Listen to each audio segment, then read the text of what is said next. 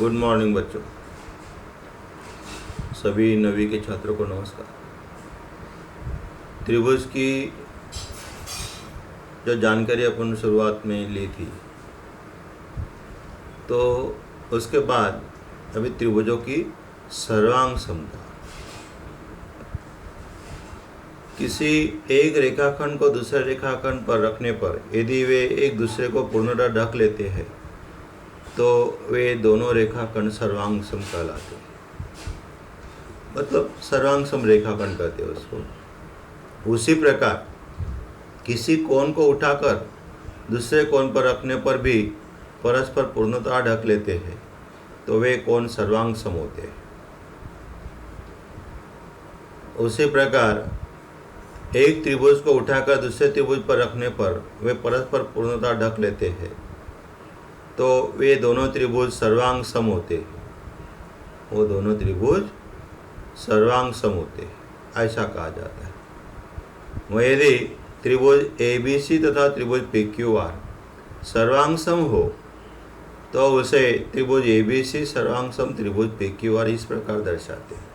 मतलब यहाँ पर जो चिन्ह है सर्वांग समता का, वो त्रिभुज ABC सर्वांग सम त्रिभुज PQR, मतलब ये जो चिन्ह है सर्वांग सम चिन्ह है। मतलब त्रिभुज ABC और PQR सर्वांग सम हो तो इस तरह उसको दर्शाया जाता है कि त्रिभुज ABC सर्वांग सम त्रिभुज PQR। अभी त्रिभुजों की जो सर्वांग समता है तो वो सर्वांग समता की कसौटियाँ होती है। उसमें अपने यहाँ जो दी गई कसौटी है सर्वांग समता की, पहली कसौटी यहाँ पर को भू को है, दूसरी कसौटी भू को भू है, तीसरी कसौटी भू भू भू है और चौथी कसौटी जो है कर्ण भुजा कसौटी। ये अपने को 4 कसौटी के बारे में इसमें जानकारी लेनी है। अभी ये जो है पहली कसौटी देखो, त्रिभुज ABC और त्रिभुज PQR, इन दोनों त्रिभुजों में देखो कोण B सर्वांग सम कोण Q और कोण C सर्वांग सम कोण R और BC भुजा सर्वांग सम भुजा QR। मतलब दो कोणों के बीच में ये भुजा समाविष्ट है। दो कोणों के बीच में ये भुजा समाविष्ट है, इसलिए इसका नाम क्या है? कोभुको। कोभुको। देखो यदि त्रिभुज ABC तथा त्रिभुज PQR में एक की संगति के अनुसार एक त्रिभुज के दो कोण तथा उनमें समाविष्ट भुजा दूसरे त्रिभुज के दो कोण तथा उनमें समाविष्ट भुजा के समान हो तो वे त्रिभुज सर्वांग सम त्रिभुज होते हैं। और इस गुणधर्म को कोण भुजा कोण कसौटी कहते हैं। इसे ही कोभुको कसौटी भी लिखते हैं। मतलब एक ध्यान में रखने का तुम कि कोभुको कसौटी कैसे पहचानने का कि दो कोणों के बीच में एक भुजा होनी चाहिए समाविष्ट, दो कोणों के मध्य में। ये दूसरी दोनों भुजाएं नहीं चलेगी, AB भी नहीं और AC भी नहीं, तो ये दोनों कोणों के बीच में कौन सी भुजा है? BC, तभी ये कोभुको कसौटी लग सकती है। तो इसीलिए आया ध्यान में तुम्हारा कोभुको कसौटी कैसे पहचानने का, तो दो कोणों के बीच में भुजा समाविष्ट होनी चाहिए, तभी कोभुको कसौटी। दूसरी कसौटी है भूकोभू। अभी इसमें देखो ABC त्रिभुज और PQR त्रिभुज, इन दोनों में AB सर्वांग सम PQ है, कोण B सर्वांग सम कोण Q है और कोण भुजा BC सर्वांग सम भुजा QR है। मतलब भू को भू, ए भुजा ए कोण और ए भुजा, मतलब दो भुजाओं के मध्य में समाविष्ट है कोण। दो भुजाओं के मध्य, ये दोनों भुजाओं में एक कोण है, मतलब ये कोण और C कोण, ये दोनों कोण नहीं चलेगा। मतलब भू को भू कसौटी के साथ दोनों त्रिभुज सर्वांग सम, वही लिखा है देखो। त्रिभुज ABC तथा त्रिभुज PQR में एक की संगति के अनुसार एक त्रिभुज की दो भुजाएं तथा उनमें समाविष्ट कोण दूसरे त्रिभुज की दो भुजाएं तथा उनमें समाविष्ट कोण के समान हो तो वे त्रिभुज सर्वांग सम त्रिभुज होते हैं। और इस गुणधर्म को भुजा कोण भुजा कसौटी कहते हैं तथा भू को भू कसौटी भी लिखते हैं उसको। मतलब दो भुजाओं के बीच में कोण समाविष्ट है। पहली कसौटी में दो कोणों के बीच में भुजा समाविष्ट थी, इसलिए कसौटी में देखो अंतर कैसा है। दो कोणों के बीच में हो तो को भू को, दो भुजाओं के बीच में कोण हो तो भू को भू, ऐसा ध्यान में रखने का। तीसरी कसौटी है भुजा भुजा भुजा। मैं इसमें ए बी सर्वांग some P Q, B C सर्वांग सम क्यू आर और ए सी सर्वांग सम पी आर। तो इस तरह से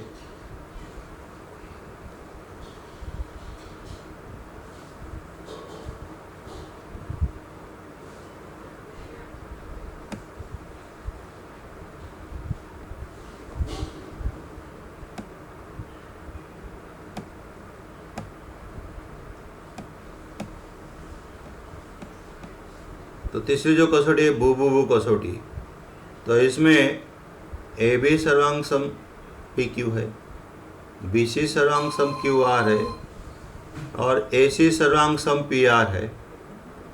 मैं ये जो कसौटी है भुजा भुजा भुजा कसौटी, तो इसमें त्रिभुज ए बी सी तथा त्रिभुज पी क्यू आर की एक एक संगति के अनुसार एक त्रिभुज की तीनों भुजाएं दूसरे त्रिभुज की तीनों भुजाएं से सर्वांग सम हो तो ये दोनों त्रिभुज जो है भुजा भुजा भुजा कसौटी के अनुसार सर्वांग सम है। तो इसे भू भू भू कसौटी भी कहते हैं, भू भू भू कसौटी भी कहते हैं। चौथी कसौटी है कर्ण भुजा कसौटी। वह इसमें त्रिभुज ए बी सी तथा त्रिभुज पी क्यू आर, इन दोनों त्रिभुजों में कोण बी सर्वांग, कोण बी और कोण क्यू समकोण है। बी और क्यू समकोण है। बी का सम्मुख भुजा जो है ए सी वो भी कर्ण है और क्यू की सम्मुख भुजा जो है पी आर वो भी कर्ण है। मतलब जैसे कोण समान है तो विकर्ण भी समान हो गए। ए सी सर्वांग सम पी आर और भुजा ए बी सर्वांग सम भुजा दिया है पी क्यू, ए बी सर्वांग सम पी क्यू भुजा दिया हुआ है। मतलब ये कर्ण और ये भुजा, तो दोनों त्रिभुज जो है कर्ण भुजा कसौटी के अनुसार सर्वांग सम है। वही लिखा है देखो, समकोण त्रिभुज ए बी सी तथा त्रिभुज पी क्यू आर में एक ही संगति के अनुसार कोण बी तथा कोण क्यू समकोण है और त्रिभुज के कर्ण समान हो और ए बी समान पी क्यू हो तो ये दोनों त्रिभुज सर्वांग सम होते हैं कर्ण भुजा कसौटी से। कौन सी? कर्ण भुजा कसौटी। इस तरह से त्रिभुज की सर्वांग समता की ये चार कसौटियाँ हैं। जो पहली कसौटी थी कोभु को, उसमें दो कोणों के बीच में भुजा समाविष्ट थी। दूसरी कसौटी थी भू को भू, उसमें दो भुजाओं के बीच में कोण समाविष्ट था। तीसरी कसौटी थी भू भू भू, उनमें दोनों त्रिभुज जो है भुजाएं सर्वांग सम थी।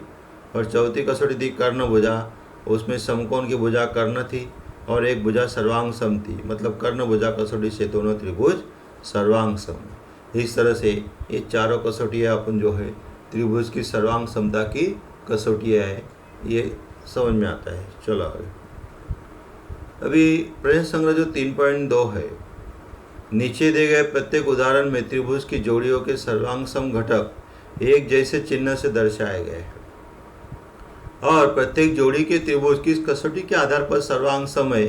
रिक्त स्थानों में वह कसौटी लिखी है।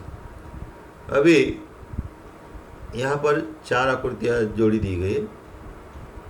पहली जोड़ी में कौन सी कसौटी लगी है वो ध्यान में लो, दूसरी जोड़ी में कौन सी कसौटी लगी है वो ध्यान में लो, तीसरी जोड़ी में और चौथी जोड़ी में।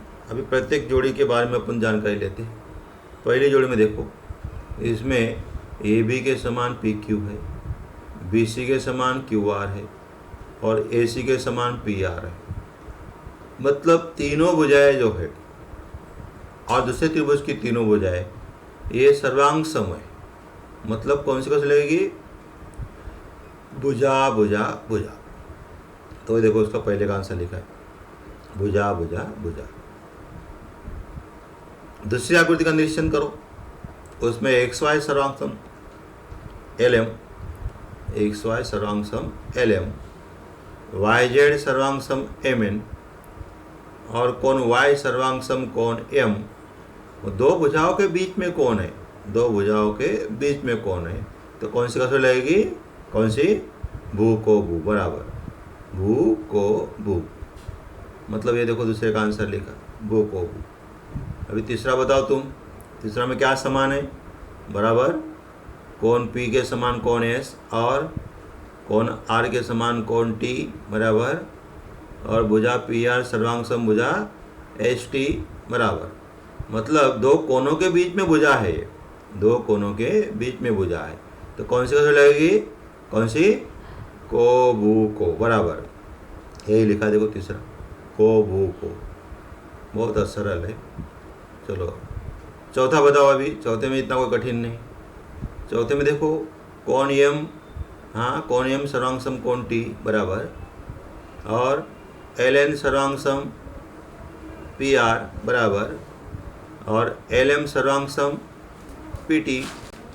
इसीलिए ये दो भुजा, मतलब एक कोण समकोण है, समकोण की समूह भुजा क्या है? विकर्ण बराबर, वो विकर्ण और ये भुजा, मतलब कौन सी कसौटी? कर्ण भुजा कसौटी। कौन सी? कर्ण भुजा कसौटी से दोनों त्रिभुज सर्वांग सम है। बहुत ही आसान था। पहले में भू भू भू कसौटी, दूसरे में भू को भू कसौटी, तीसरे में को भू को कसौटी, और चौथे में कर्ण भुजा कसौटी। इस तरह से ये जो चारों कसौटियाँ के आधार पर अपने एक उदाहरण लिया, वो भी अपने ध्यान में आ गया कि कैसा लगाई जाती है कसौटी। और उसके आगे चलो, नीचे दिए गए त्रिभुजों की जोड़ियों में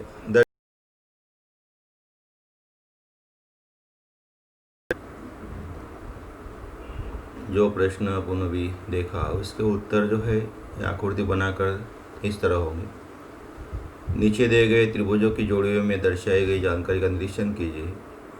वे त्रिभुज किस कसौटी के आधार पर सर्वांग सम है? शेष सर्वांग सम घटक भी लिखिए।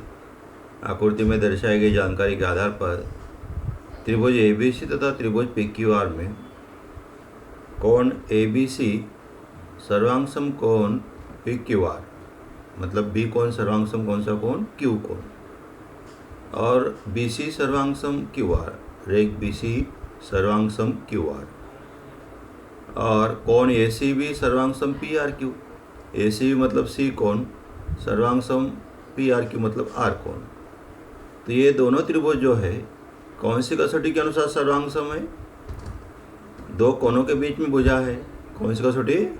को भू को बराबर, को भू को कसौटी के अनुसार ये दोनों त्रिभुज सर्वांग सम है। इसलिए ये जो कोण है कौन सा? कोण BAC, मतलब ए कोण सर्वांग सम कोण P कोण, वही बताया है उधर। कोण BAC सर्वांग सम कोण QPR कारण संगत कोण, और भुजाएं एक ही भुजा सर्वांग सम दिखाई गई है, तो अन्य दो भुजा भी सर्वांग सम होगी। AB सर्वांग सम PQ, मतलब पहला दूसरा जो है, पहला दूसरा AB है, तो इधर PQ। AC सर्वांग सम पहला और तीसरा सर्वांग सम PR, मतलब अन्य दो भुजा भी सर्वांग सम होगी। सर्वांग सम त्रिभुजों की संगत भुजा है।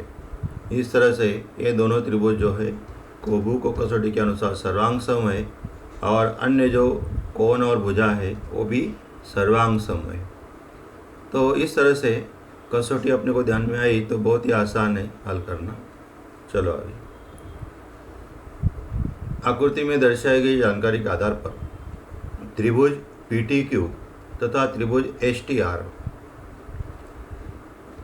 इन दोनों में रेख PT सर्वांग सम रेख ST, PT सर्वांग सम ST, मतलब PT सर्वांग सम ST दिखाया गया है। कोण PTQ सर्वांग सम STR, मतलब कोण T, मतलब ये PTQ मतलब T कोण, और STR मतलब भी T कोण। ये कौन से कोण है? शीर्षाभिमुख कोण है, सम्मुख कोण है इसका मतलब शीर्षाभिमुख कोण, इसलिए ये दोनों भी समान होते हैं। और रेख TQ सर्वांग सम रेख कौन सा? TR, ये भी दिया हुआ है।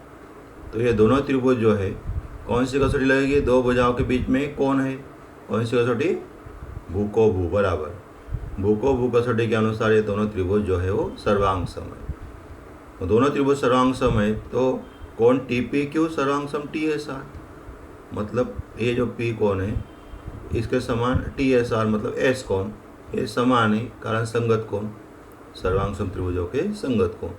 दूसरा कौन? टी क्यू पी मतलब क्यू कौन, सर्वांग सम कौन आर, तो इसलिए टी क्यू पी सर्वांग सम टी आर एस, ये भी संगत कौन। और भुजा, एक भुजा बाकी है रेख पी क्यू सर्वांग सम रेख एस आर, ये भी संगत भुजा सर्वांग सम त्रिभुजों की।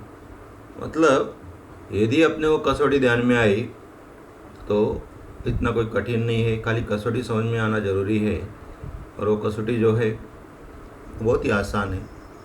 दो कोनों के बीच में भुजा रही तो कोभू को, दो भुजाओं के बीच में कोण रहा तो भू को भू, और तीनों भुजाएं रही तो भू भू भू, और समकोण रहे तो कर्ण भुजा प्रमेय से। इस तरह से अलग अलग कसौटियों को अपन अध्ययन करना है और कौन सी कसौटी लगने वाली है इसकी जानकारी अपने को लेना है। चलो आगे इस आकृति में देखो, अभी कोण P सर्वांग सम कोण R दिया हुआ है, रेख PQ सर्वांग सम रेख QR दिया हुआ है। सिद्ध करना है कि त्रिभुज PQT सर्वांग सम त्रिभुज RQS, PQT सर्वांग सम RQS, ये दोनों त्रिभुजों को अपने को सर्वांग सम दिखाना है। और त्रिभुज PQT तथा त्रिभुज RQS में क्या क्या समान है? वो कौन सा? PQT सर्वांग सम RQS, PQT सर्वांग सम RQS, PQT मतलब क्यू कोण और RQS मतलब वो भी क्यू कोण, दोनों का सामान्य कोण है, खाली नाम भिन्न पर कोण सामान्य है। रेख PQ सर्वांग सम रेख QR, ये दिया हुआ है अपने को दत्त में। और कोण QPT सर्वांग सम कोण कौन सा? QRS, मतलब देखो दत्त में दिया हुआ है QPT मतलब P कोण और QRS मतलब R कोण, ये दोनों अपने को समान दिया हुआ है दत्त में। इसलिए त्रिभुज PQT सर्वांग सम त्रिभुज RQS, PQT सर्वांग सम RQS, कारण कौन सी कसौटी? कोभू को, बराबर है। दो भुजाओं के बीच में ये दो, देखो ये दो भुजाएं और दो कोण है, उनके बीच में एक भुजा है, मतलब कोभू को कसौटी के अनुसार दोनों त्रिभुज जो है वो सर्वांग सम है। इस तरह से अपन अलग अलग जो कसौटियाँ हैं उसका उदाहरण देखें तो ऐसा कोई कठिन नहीं लग रहा है कि जिसमें अपने को नहीं समझ में आ रहा है। एक बार तुमने आकृति का यदि अच्छी तरह निरीक्षण किया तो बाकी जानकारी अपने को उसमें मिल जाती है। सवाल में बहुत सारे आंसर होते हैं, परंतु अपने को आकृति पढ़ने को आना चाहिए और आकृति अच्छी तरह समझ में आई तो उपपत्ति अपन आसानी से लिख सकते हैं। चलो, समद्विबाहु त्रिभुज का प्रमेय, नाम में ही कौन सा त्रिभुज होगा ध्यान में आ जाता होगा। समद्विबाहु, समद्वि मतलब जिसकी दो भुजाएं समान हो, समद्विबाहु त्रिभुज का प्रमेय। अब क्या है प्रमेय देखते हो। यदि त्रिभुज की दो भुजाएं सर्वांग सम होती तो उन भुजाओं के सम्मुख के कोण भी सर्वांग सम होते हैं। अभी आकृति का निरीक्षण करो, उसमें क्या दिया है? ए बी सर्वांग सम AC, दो भुजा समान है और अपने को सिद्ध करना है। क्या सिद्ध करना है? कि सर्वांग सम भुजाओं के सम्मुख कोण, मतलब AB का सम्मुख कोण कौन सा है? C है, और AC का सम्मुख कोण कौन सा है? B है। तो B और C को सर्वांग सम दिखाना है अपने। दत्त में देखो त्रिभुज ABC में भुजा AB सर्वांग सम भुजा AC, और सिद्ध करना है अपने को जिसमें साध्य में दिया हुआ है कोण ABC मतलब B कोण, सर्वांग सम कोण AC भी मतलब C कोण, B और C को सर्वांग सम दिखाना है। रचना की गई है। त्रिभुज ABC में कोण BAC का समद्विभाजक कीजिए। त्रिभुज ABC में कोण BAC का समद्विभाजक खींचिए। क्या नाम है उस समद्विभाजक का? AD। क्या नाम है? AD। जो भुजा BC को बिंदु D पर प्रतिच्छेदित करता है और भुजा BC को जो है D पे प्रतिच्छेदित करता है। वही इसका समद्विभाजक के कारण इस त्रिभुज के दो भाग बन गए, एक ABD और दूसरा ACD। वही इन दोनों त्रिभुजों में देखो क्या क्या समान है। AB सर्वांग सम AC दत्त में दिया हुआ है अपने को। कोण BAD सर्वांग सम कोण CAD, जो अपन समद्विभाजक खींचा A कोण का, तो इसका अर्थ होता है ये दो समान भागों में बांटा गया है, इसलिए कोण BAD सर्वांग सम कोण CAD रचना। और एक AD सर्वांग सम एक AD सामान्य भुजा दोनों त्रिभुजों की, इसलिए दोनों त्रिभुज जो है सर्वांग सम है।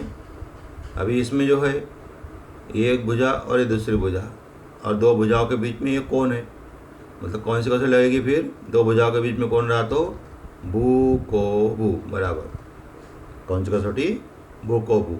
भू को भू कसौटी के अनुसार त्रिभुज ABD सर्वांग सम त्रिभुज ACD है। फिर ये दोनों त्रिभुज सर्वांग सम है, तो कोण ABD सर्वांग सम ACD। ABD मतलब कौन सा कोण, B कोण, कौन सा कोण, B कोण। और ACD मतलब कौन सा कोण, C कोण।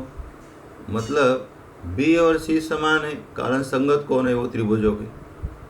ABD की जगह अपन ABC लिख सकते हैं और ACD की जगह AC भी लिख सकते हैं, वही लिखा हुआ है अपन लास्ट में, खाली नाम भिन्न है, मध्यता है BDC।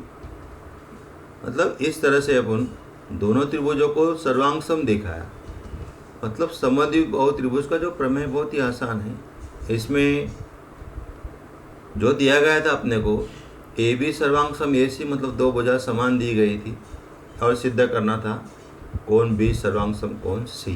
तो अपन रचना किया कि कोण A की समद्विभाजक खींची जो भुजा BC को D पर प्रतिच्छेदित करती है, इसलिए उस समद्विभाजक के कारण त्रिभुज के दो समान भाग हो गए, ABD और ACD। ABD और ACD को सर्वांग सम दिखाना है, उसके लिए जो जो जानकारी दी गई है अपने को उसके आधार से AB सर्वांग सम AC दत्त से, कोण BAD सर्वांग सम कोण CAD रचना से, और AD सर्वांग सम AD सामान्य भुजा। तो दोनों त्रिभुज जो है दो भुजाओं के बीच में कोण है, इसलिए भू को भू कसौटी के अनुसार सर्वांग सम है। और दोनों त्रिभुज सर्वांग सम है तो उनके संगत कोण संगत भुजाएं सर्वांग सम होती है, इसलिए कोण ABD सर्वांग सम कोण ACD संगत कोण। और ABD की जगह अपन ABC रखा, मतलब नाम भिन्न है खाली, कोण वो AB, और ACD की जगह AC भी रखा, वो भी नाम भिन्न है। इस तरह से दोनों त्रिभुज जो है सर्वांग सम है। चलो आगे, समद्विबाहु त्रिभुज के प्रमेय का विलोम। यदि त्रिभुज के दो कोण सर्वांग सम हो तो उन दोनों कोणों की सम्मुख भुजाएं भी सर्वांग सम होती है। देखो ये जो विलोम, विलोम शब्द का अर्थ होता है उल्टा, जो प्रमेय था उसका उल्टा विलोम में दिया रहता है। मतलब जो दत्त था उसमें इसमें साध्य बनेगा, और जो साध्य था उसमें इसमें दत्त बनेगा। तो देखो प्रमेय क्या दिया, यदि त्रिभुज के दो कोण सर्वांग सम हो, आकृति का निरीक्षण करो, कौन से दो कोण सर्वांग सम है, कोण Q और कोण R जो है वो सर्वांग सम है, बराबर। कोण Q की सम्मुख भुजा कौन सी है, कौन सी, PR, बराबर। और कोण R की सम्मुख भुजा कौन सी, PQ, बराबर। मतलब PR और PQ को अपने को समान दिखाना है। उसमें भुजा समान थी प्रमेय में, कोण को सर्वांग सम दिखाना था। इसमें कोण सर्वांग सम है, भुजाओं को सर्वांग सम दिखाना है। इस तरह से प्रमेय का विलोम जो है, इसमें देखो दत्त में क्या दिया हुआ है। दत्त में दिया है त्रिभुज PQR में कोण PQR सर्वांग सम कोण PRQ, दोनों सर्वांग सम कोण है। और साध्य में दिया है भुजा PQ सर्वांग सम भुजा PR, ये सिद्ध करना है आपने। और इसमें भी रचना की गई, क्या रचना, कोण P का समद्विभाजक खींची जो भुजा QR को बिंदु M पर प्रतिच्छेदित करता है। मतलब इधर भी समद्विभाजक खींचा गया है पी का, और ओ भुजा क्यू आर को बिंदु एम पर प्रतिच्छेदित करता है। तो चलो अभी उत्पत्ति हो। त्रिभुज, दो त्रिभुज बने उसके कारण, त्रिभुज पी क्यू एम और त्रिभुज P R M. P Q M और पी आर एम में क्या क्या समान है वो दे लिखो। क्यू समान आर है बराबर, ये समद्विभाजक है इसलिए ए और ए कोण समान है बराबर, और ए भुजा सामान्य है पी एम भुजा। तो कौन सी कसौटी लगेगी यहाँ पर? तुम्हें लिखना है कसौटी कौन सी। देखो मैंने जगह छोड़ी है, कौन सी कसौटी लगेगी देखो जरा। दो भुजा मतलब दो कोनों की संलग्न भुजा, मतलब ये जो है मतलब भू को और को, भू को कसौटी के अनुसार यदि यह लंब हो तो यहाँ पर लंब होगा तो भी भू को भी कसौटी लगेगी। तो दोनों त्रिभुज जो है भू को कसौटी के अनुसार सर्वांग सम है। कोण क्यू पी एम, कारण दो कोण दिया हुआ है और भुजा उसके बीच में नहीं है, दो कोणों के बीच में भुजा नहीं है, इसीलिए अपने को यहाँ पर भू को नहीं लगा सकते। तो भुजा जो है साइड में है, दोनों कोणों की समाविष्ट भुजा नहीं है तो संलग्न है, इसीलिए भू को कसौटी लगेगी। कौन सी? भू को। रेख पी क्यू में भी यहाँ पर जो है रेख पी क्यू सर्वांग सम रेख पी आर, कारण सर्वांग सम त्रिभुजों की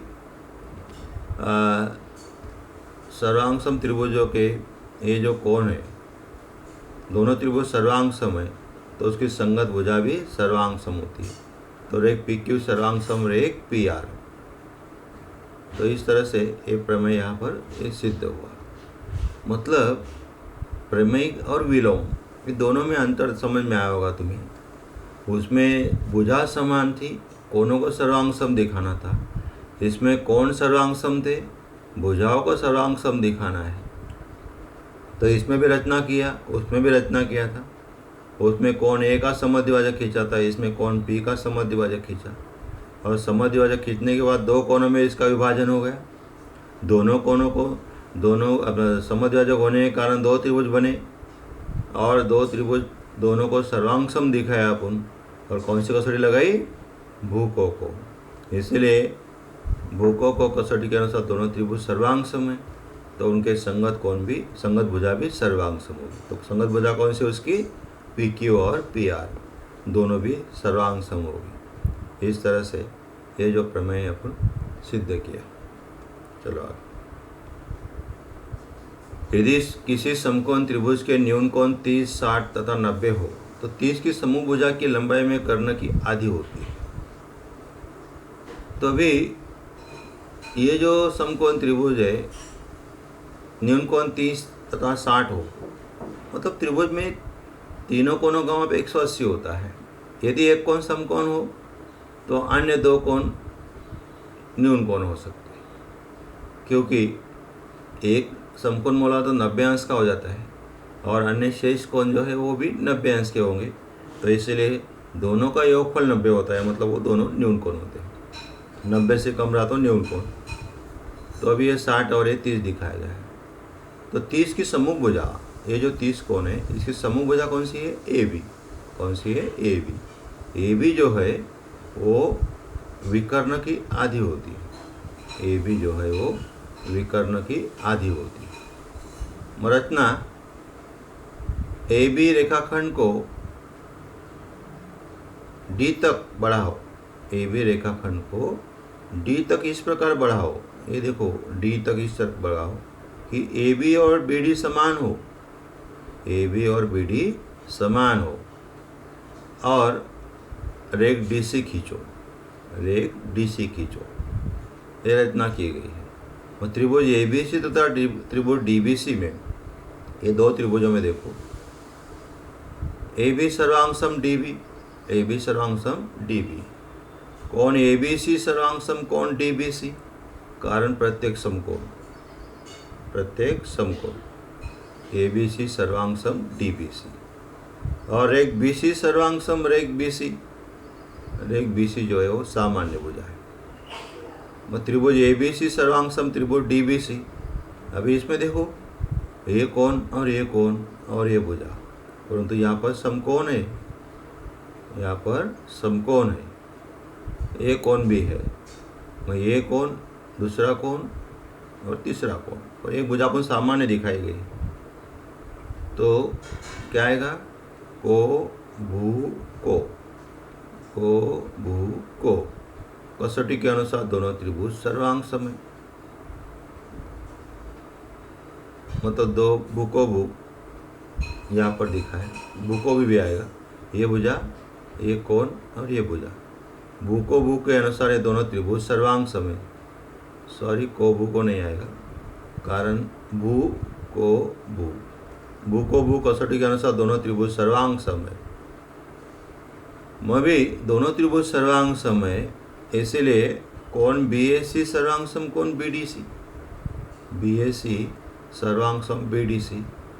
यदि A कोण 60 है तो D भी कितना आएगा? 60 आएगा, वही दिखा है।